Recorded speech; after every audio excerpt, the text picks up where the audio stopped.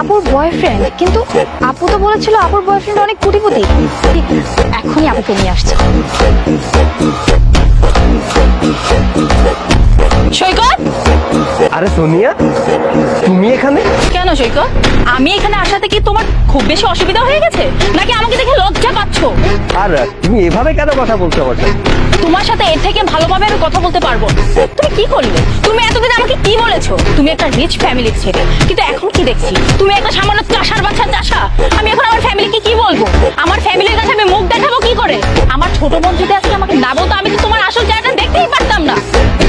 তুমি ওর কথাটা বোঝার চেষ্টা করো। তোমার কথা আমি কি শুনবো? আমারই ভুল হয়েছে। আমি সবচেয়ে বড় ভুল করেছি তোমার মতো একটা ছেলের সাথে সম্পর্ক করে। তোমার পিছনে যে সময়টা আমি নষ্ট করেছি না, এই সময়টা যদি আমি আরেকটা ছেলের পেছনে নষ্ট করতাম, একটা বড়লোক ছেলের পেছনে নষ্ট করতাম, এতদিন আমি খুব ভালো থাকতাম। এখনকার সময়ের মতো ঠকে যেতাম। তুমি আমাকে ঠকিয়েছো। আর মানে তুমি আমাকে নয়, আমার টাকা পয়সাকে ভালোবেসেছো। হ্যাঁ, ভালোবেসেছি। লাইফে চলতে গেলে না, টাকাটা খুব ইম্পর্টেন্ট। স্যার, আমার কাছে ফোন আসছে, দ্রুত ঢাকা যেতে হবে, আমাদের খুবই দ্রুত একটা মিটিং।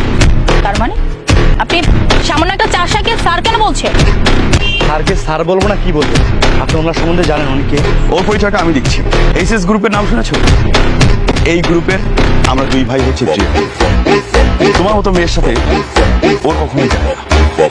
সরি, আমি তোমাকে ক্ষমা করতে পারবো না, আর তোমার সাথে রিলেশনটা কন্টিনিউ করতে পারবো না।